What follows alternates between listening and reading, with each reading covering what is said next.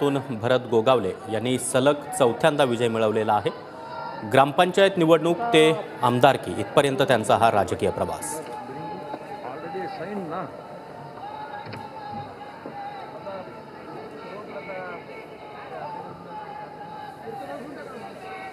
श्री मकरंद सुमन लक्ष्मण जाधव पाटील,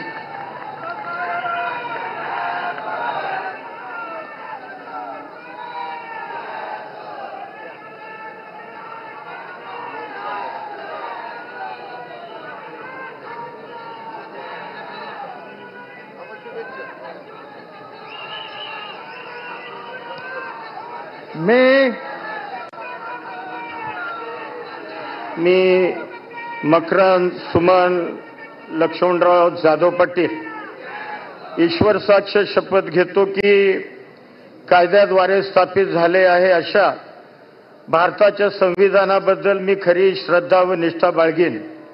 मी भारताची सार्वभौमत्ता व एकात्मता उन्नत राखीन। मी महाराष्ट्र राज्याचा मंत्री म्हणून माझी कामे निष्ठापूर्वक व सत्सद विवेक बुद्धीने पार पाडीन आणि संविधान व कायदा यानुसार सर्व तऱ्हेच्या लोकांना मी निर्भयपणे व निपक्षपणे तसेच कोणाच्याही विषयी ममत्व भाव किंवा आकस न बाळगता न्याय वागणूक देईन।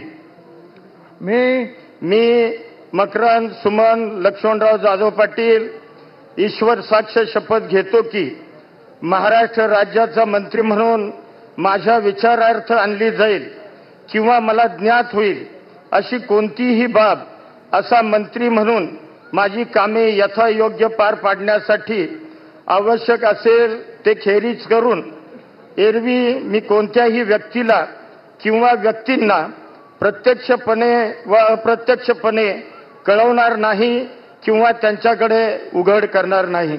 जय हिंद, जय महाराष्ट्र।